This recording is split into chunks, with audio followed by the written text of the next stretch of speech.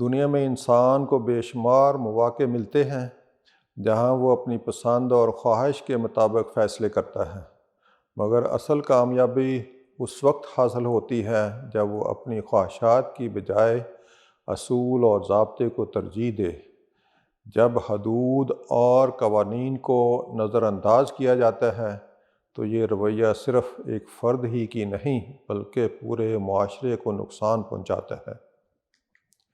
ارشاد باری تعالیٰ ہے، اور جو اللہ اور اس کے رسول صلی اللہ علیہ وسلم کی نافرمانی کرے گا اور اس کی مقرر کی ہوئی حدوں سے تجاوز کر جائے گا، اسے اللہ آگ میں ڈالے گا جس میں وہ ہمیشہ رہے گا اور اس کے لیے رسوا کن سزا ہے۔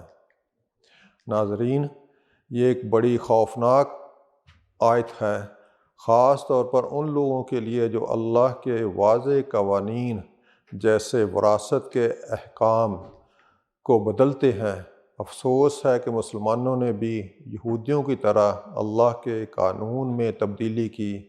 کہیں عورتوں کو میراث سے محروم کیا گیا، کہیں صرف بڑے بیٹے کو وارث مانا گیا، کہیں وراثت کا طریقہ چھوڑ کر خاندانی جائیداد مشترکہ کر دی گئی، اور کہیں عورتوں اور مردوں کے حصے برابر کر دیے گئے۔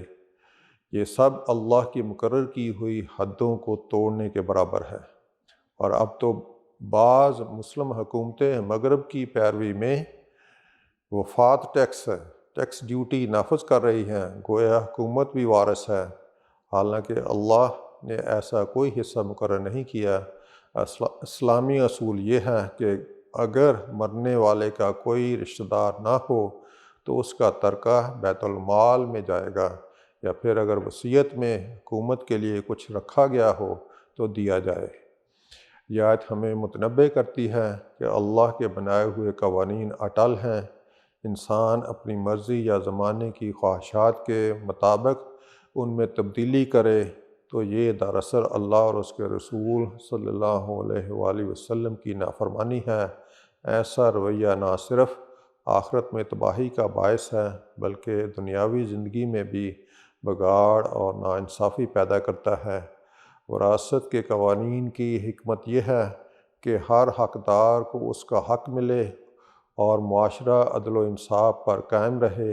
ان قوانین کو توڑنے کا مطلب ہے ناانصافی، ظلم اور معاشرتی عدم توازن۔